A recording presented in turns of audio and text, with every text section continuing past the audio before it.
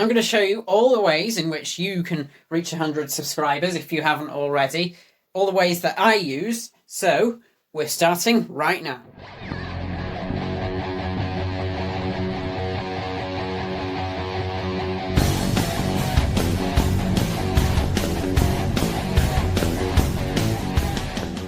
Hey everyone, welcome back. So, some of you today here might not have 100 subscribers yet, but everyone wants to get their first 100 subscribers. So, how do I do that? You may be wondering. Well, we're going to start with tip number 1. Now, this tip will not work if you have videos already. So, if you do have videos, but you're still trying to reach 100 subscribers, then you can go back to the description, click the next timestamp, because this won't work if you have videos already. But the first strategy is you need to have a fan base before you get videos. So how would you do that? Well, this is how I got my first video. This is how I approached it. I already had subscribers, like 30 to 40 subscribers, I think, when I uploaded my first video, that public toilet video. So how did I do that? Well, you have to go to other smaller, similar-sized YouTubers in the same category of content as you, and if you subscribe to them, a lot of them, not all of them, this is a hit and miss strategy, because I mean, you have to respect people's opinions on this. This is why you don't ask them to subscribe. You just subscribe to them, they'll get the notification, and the ones that do care about growing their channel will be happy that you've subscribed, so they'll go and subscribe to your channel, some of them. So that's what I did. That's why I got so many views on my first video ever, because I already had 30 to 40 subscribers. So they would all be curious about what does he sound like? What are his videos like? What's he going to talk about in his first video? All those questions, they'd be waiting, your subscribers, to find out. So on your first video, you're guaranteed a big viewership, and a big view count, because they'll want to find the answers to those questions. So, in short, subscribe to other YouTubers of a similar type of content before you have any videos up. That is how it works, that first tip. The next one starts now. The second tip, this is a mistake I see all the time, like even on channels with 1,000+ subscribers, and this is a mistake you can't make. This mistake. It's not putting a description. Now, not every video, you don't have to put a description immediately, because you can have a default description. So, you go into YouTube Studio, it's under Settings, and it should be in Upload Default. You can also do default tags as well. I'll come to tags later in the video. But it's got description, and that's why you write a description that you want every video to have when you upload.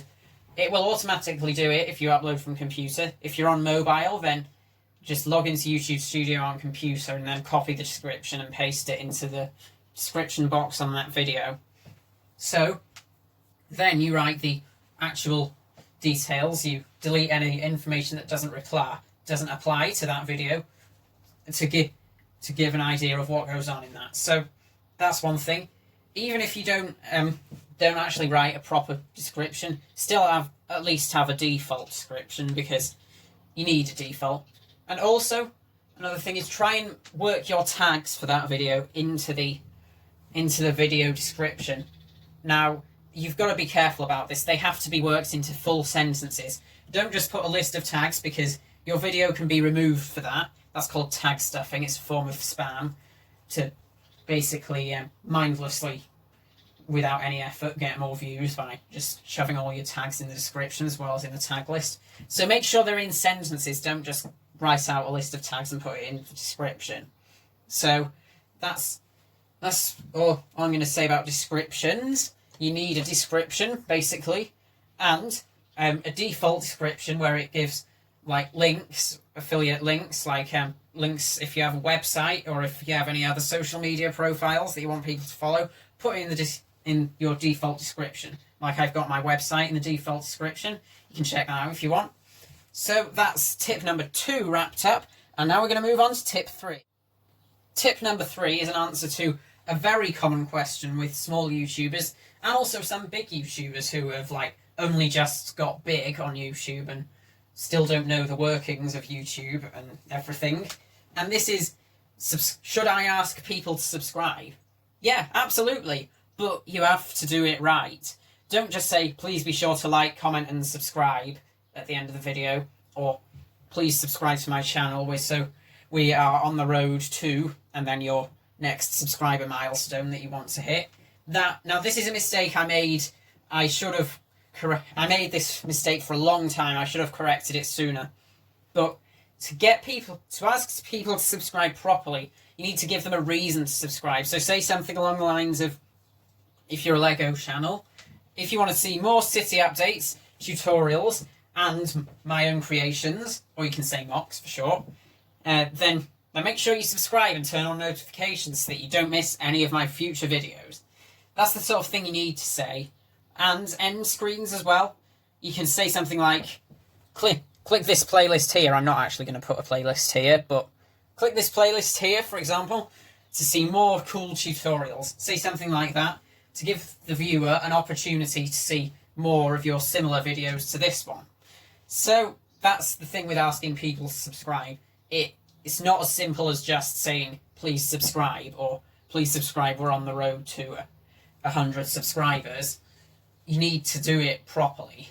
That's basically what there is to asking people to subscribe. So now we're going to move on to tip number 4. Tip number 4, this is a huge mistake that a lot of people make, and this is announcement videos. You only need to do announcement videos when it's absolutely necessary. Like, for example, don't just do a thank you for 100 subscribers. Our example here is 100 subscribers. Don't just do a video like that. Like, that was what I was planning on doing, but then I realised that nobody's going to want to waste their time watching a video that's just you giving your opinions on reaching 100 subscribers. They want to see proper content. So if you really want to get out there like a thank you message for 100 subscribers, then do a tutorial on how you got to that stage, like I'm doing now. Instead of just saying thank you for 100 subscribers, I'm explaining how I got to 100 subscribers, because that's not wasting the viewer's time, that's giving them useful information. So make sure that if you do an announcement video to thank people for 100 subscribers, make it useful, like say how you got there.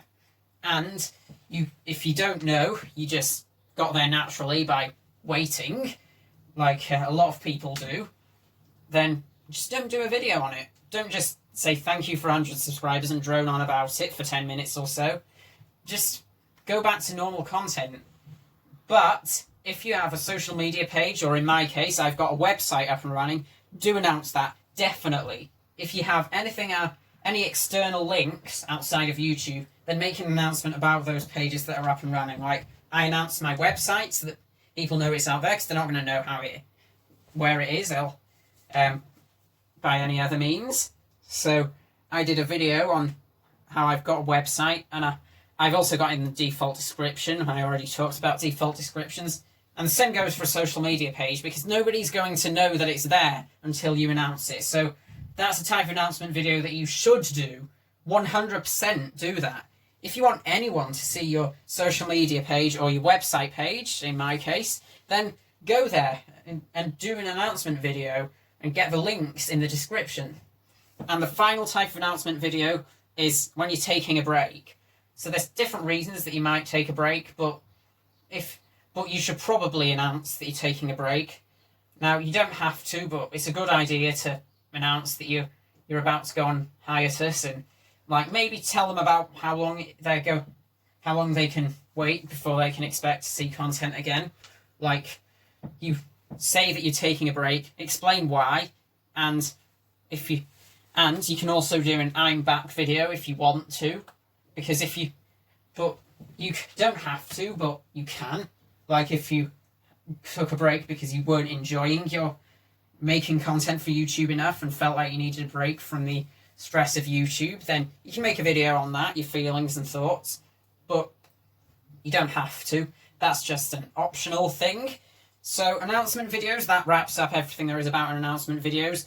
And this tip is kind of to do with that, but it's not really announcement videos, so it's not really the same tip. But shout outs, they don't work. nobody can keep track of all the people that want shout outs. Because if people ask for shout outs from me, not everyone's going to get a shout out because you can't keep track of it. So don't try to gain subscribers by getting shout outs from big YouTubers, because chances are they're going to forget before you get your shout out. So shout out videos don't really work. So don't try making shout out videos or trying to get yourself featured in other people's shout out videos, because there's no point, it won't work. And you won't be able to give everyone a shout out either. It's only the people that you can remember to give a shout out to. So don't try that, because it won't be fair on the people that asked to but didn't get a place in the shout out. So yeah, avoid shout out videos, in short. So that's everything to do with announcement videos or shout out videos. So now we're going to move on to tip number 5. Tip number 5, editing. Now, apologies if you can hear anything from the background at this point. I think I can, but that's just how it is living in a suburban neighbourhood. People are always out on summer days. But tip number 5 is editing. You need to edit your videos. So a lot of people, they don't edit their videos properly. Like, if they have multiple clips, they'll put the clips together to make one video, but they don't do anything beyond that. Like, they will leave in, like, things like that are just words because you've run out of things to say and can't remember what you're going to do next. Now, it's okay once in a while, but if it's a really long break, like if I was to go, right now, like that, I would edit that out, because you don't need to have that. That just adds unnecessary time. And the viewer, if you just get to the point and don't stop because you forget what you're talking about, they're not going to want to watch your content because they won't think you're putting effort into your channel. So make sure you edit out any bits where you're unsure of what to say. And also thumbnail editing as well. Now, editing a thumbnail, it can be as simple as just, like I do, have your sig fig, that's signature minifigure if you're not too familiar with LEGO technical terms. Have that in the thumbnail as a minimum. Your channel icon should be in the thumbnail. That's a minimum. And if you've got like a sig fig, I know everyone's not going to be a professional in photo editing here, so how would you cut that out? How would you cut that out of the photo from the background? Well, you don't need to be a professional in Photoshop to do that, because there's plenty of apps that use artificial intelligence where you can select an object to cut out, and it's really easy to use, and they're very accurate, a lot of these apps. So you can definitely do that without having to make any effort into cutting it out. And if you want text in the thumbnail, then yeah, absolutely, have text. If, like this, the thumbnail for this video is going to have text, because that's the sort of video it's like. You don't really need text for any just normal LEGO videos, but if it's specific tips, then do have text in the thumbnail. It's all about what type of video it is, whether you should have text in your thumbnail or not. And then another thing about editing, this is a huge mistake that a lot of people make, is an intro.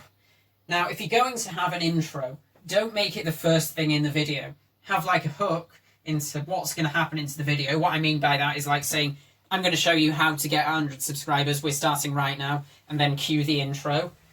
That's how, if you're going to have an intro, then get like a short hook to get the viewer engaged before the intro. Because I made this mistake. I made it for ages until I rectified it. And my old intro, looking back, I can't believe I ever had it. It's really annoying.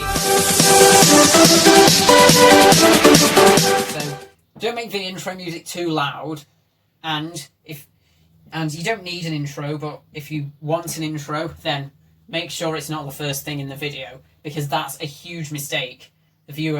My view duration has skyrocketed, like it was about a minute long per video before I changed the style in which I did my intro. It increased by about a minute, so it's more like 3 minutes rather than 1 minute now. 3 minutes. So that's something that you need to bear in mind, is intros. You can do an intro, but only if you do it properly. It won't work if it's the first thing in the video. And that's everything about this tip for editing, so we're going to move on to the next tip. The 6th tip is about comments. How do you use a comment section properly to get your viewer engaged? So the thing is, with comments, you need to pin a comment. Like, most big YouTubers will pin a comment where they answer any viewer questions or give timestamps to the video. Anything like that that just adds some information about the video to the viewer. Make sure it's detailed and to give an explanation or an answer to any questions in the pinned comment. So make sure you pin a comment. You can pin the same comment on every video, which gives external links, for example. All big YouTubers should, and all people that want to be big YouTubers should pin a comment. And another thing to do with comments is trolls as well. Now, it's really easy to deal with trolls.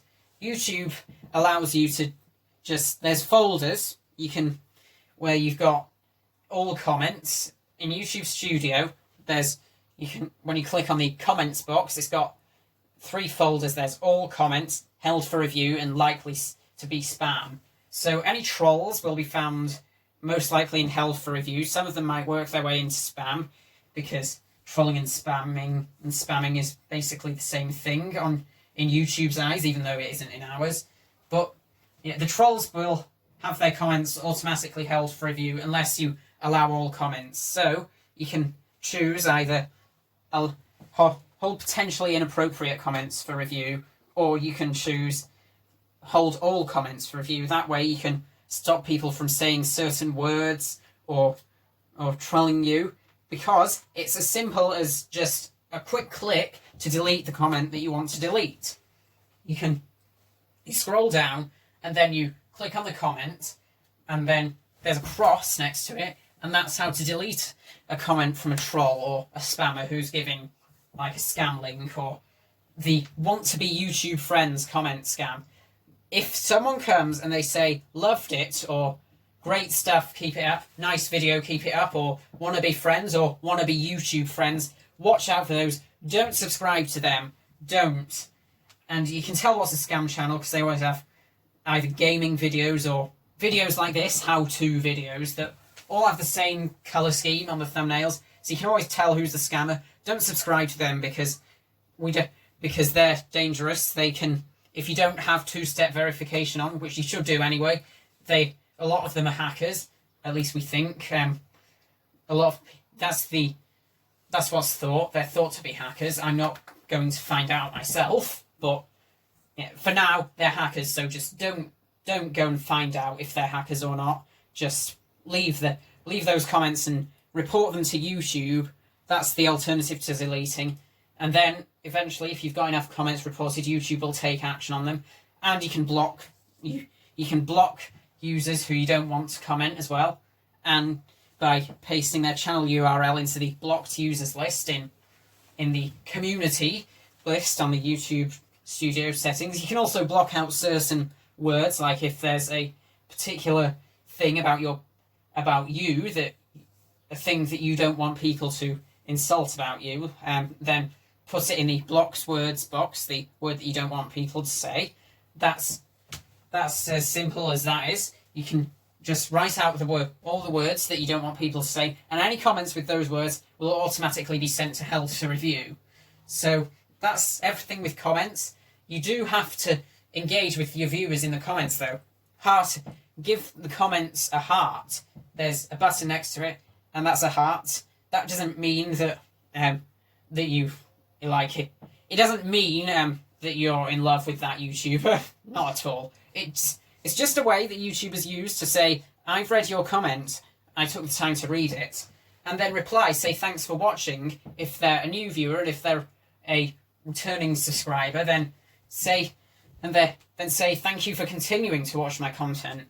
Things along those lines. That's how to properly use the YouTube comment section. So we're going to move on to tip number 7. The next tip, this is about being original on YouTube. What do I mean by being original, you may ask? What I see a lot of, I see way too many people do this. They see a bigger content creator and they basically copy how they present their videos. Like they will use pretty much the exact same ways to describe things, for example. And that really doesn't work. That it may work for them, but it works for them because they found a way to deliver their content that nobody else delivered their content in that way. So people are going to watch their channel. They're not going to watch a rip-off channel. Like if you copy someone copy the way they present their videos, then people are just going to think he's a rip-off. I want the real version of X YouTuber. So make sure you use your own style of content. Develop your own. Don't just speak in the same way as every other YouTuber. I could have learnt that a while ago, but I didn't. A lot of these mistakes are ones that I made personally, but make sure you develop your own style of delivering content, because people are going to want to see an original style of content. They don't want to see everyone doing the same ways to deliver things. That's just not what YouTube is like. So you need to be original, because people who are new to your channel, who don't know about your content, they want to see something original, something that's not like everybody else on YouTube. So make sure you deliver it in an original way. Otherwise, they're not going to come back and subscribe. So, in short, it's about originality, this tip. Make your own style of content. It's all about... Your YouTube career is about what works for you. Not everything that works for other people is going to work for you. So you need to experiment with your way of doing things. Use your way. Don't use the big YouTubers' way of doing it. Use your way. And that brings us to the 8th tip. And our next tip is about priorities. You need to have priorities over your channel. Now, way too many people on YouTube will go way too far out of their way to make daily videos, or too many videos for their life, basically. So don't try and do daily videos just because you think you should, because every other YouTuber does that. You need to have priorities. Like, you need to prioritize your working life. You need to prioritize, if you have a family, your family life. They should come before your YouTube channel, because now a lot of people, like, I was putting out way too many videos. At one point, there was the week where I was putting out a video every day, and that was, of course, on a heatwave day, so I should have made relaxing in the temporary sun my priority, but I didn't. I made making a video every day my priority, and they didn't get any views. The videos I put out on that week, none of them got more than, I think, none of them got over 20 views. So you need to have priorities, because if you stop trying, I'm putting that in quotation marks, because you still need to try, but not as hard as you think you do. If you stop trying with YouTube and just let your priorities be your priorities, just make YouTube a hobby, basically. People are going, if you don't sound like you're really rushing to make content, then people will prefer it. So make sure you have priorities. Don't try and upload content every day unless YouTube is your full-time job. That's what priorities comes under. So now we're going to move on to tip number 9. The next thing's about analytics. Do I need to pay attention to analytics, you may ask? Why are you even asking this? Of course you need to pay attention to your analytics. When people ask this, not that I've been asked this in person, but if you ever see other people asking this, it's just such a why question. Of course you have to pay attention to your analytics. That's one of the most important things, to see if your videos are working out or not. So the first thing before you pay attention to anything else in your analytics is views. How many people have clicked on your video? That's all summed up in your views. You need to use YouTube Studio for this. You can't just use opening the YouTube video and looking at the view count, because that's not up to date. YouTube normal desktop or app views, they don't get updated. They are never perfectly in sync with the actual view count. But YouTube Studio is. They're perfectly in sync, about like -1 or 2 views. So it's a lot more reliable to see your views if you go to YouTube Studio. So use YouTube Studio to check out your views. If people are clicking on that video more than all your other videos, then make more videos like that. If they're clicking on it in the average amount of views, if your view count is average for that video compared with your other videos, then carry on making the videos still, but just do them in the same amount as you make any other videos. And if your video has fewer views, that means that people are clicking less on that video. And that means that you need to phase those types of videos out. And if that's your first video of that style, don't pursue it any further, because it doesn't work. So that's the first thing, views. But don't be fooled. Views are not everything. They're not. Like, you could have a video that has 1,000 views, let's say that, but if people are only watching for 1 second, then that's not going to increase your watch time. Watch time, that's how you get to make money on YouTube. You also need 1,000 subscribers, but you need 4,000 watch time hours in 1 year. And views, they don't count as watch time unless they add up to 4,000 hours of watch time. You could have a video with 1,000 views, like I was just talking about, but if it's only got 1 second, then that's only 1,000 seconds. That wouldn't be. No matter how many views you get, it's view duration that's more important to getting to make money. You could have a video with 1 view, but if it's 4,000 hours long, then that 1 view will be more than 100 1-second video durations for views. So view duration, pay attention to that too. And another thing is the analytics for how many subscribers you're gaining compared to how many you normally gain. So I gain about 12 to 20 subscribers a month, I think. And I need to pay attention to that, because if my subscriber increase per month is going down, it means my channel is dying. So I need to change the way in which I deliver my content to resurrect it before it fully dies and nobody watches anymore. So pay attention to how many people are subscribing per month. That's another thing. And you also need to pay attention to when are people watching. Now, if you're a very small YouTuber, this doesn't show up, but if you're large enough to get YouTube to do this, then it will show when your viewers are watching, so you'll know when to put your videos out, what time of the day. So, for example, if I was to make a video in the morning, but most people watch in the afternoon, then I would wait a few more hours to watch it. That would also benefit editing. It means you've got more time to edit, so it won't look rushed. So pay attention to when your viewers are watching your video, if YouTube is allowing you to see that. So what other analytics are there? There's also about card clicks and end screen clicks. You want them to be high if you want your channel analytics if you want your channel's other videos to be recommended against your ones, then pay attention to how many people are clicking your cards or your end screen elements, because that shows that they're engaged. If it's high, a high percentage of people who see the card are clicking it, then they're engaged with your content. But if not, then that means they're not interested in your content. So that would bring us back to some of the previous tips. And you need to pay attention as well to how many views you get per day. Which days do you get the most views on? Because YouTube Studio, it shows when you've uploaded videos on the views for each day as well. So you can see how many views did I get when I left the X amount of time between uploading videos compared to Y amount of time. Like, I didn't get many views when I did a solid week of daily videos. I also didn't really enjoy doing them daily, but that was when I got pretty much my lowest point for views on the channel.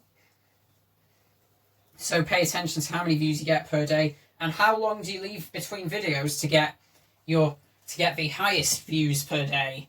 So you use that, and then that's how long you leave between each video. Is like if you get the most views on days where there's been a week between videos, then do weekly videos instead of daily videos, or twice weekly videos, for example. So that pretty much sums up analytics. So we're now going to move on to the final tip. Well, we've made it to the end of the video, and this is the final tip I'm going to give. This sums up everything else. So, even if you're a small content creator who hasn't made it to being a big YouTuber yet, act like you have made it. So you need to put to practice all the things in this video, of course. So, for example, everything I've said about descriptions, thumbnails, and paying attention to analytics and being original. They're all the things that a YouTuber who's made it would do. So put them to practice. Just because you haven't made it yet doesn't mean you don't have to act like you have. Because every YouTuber who's made it, for a start, will write a description. So write a description. That's the first and biggest thing that really shows that you're willing to make a little more effort than some other smaller YouTubers. So you need to act like you've made it, and to do that, put everything else on this list into practice. That is everything on this entire list of tips that I'm going to give today. They're all the tips for how I got to 100 subscribers. So hopefully they will work for you too. If you want to see more tutorials, then you can click the playlist here. And with that being the case, it's the end of the video, so I'll see you in the next video. Goodbye.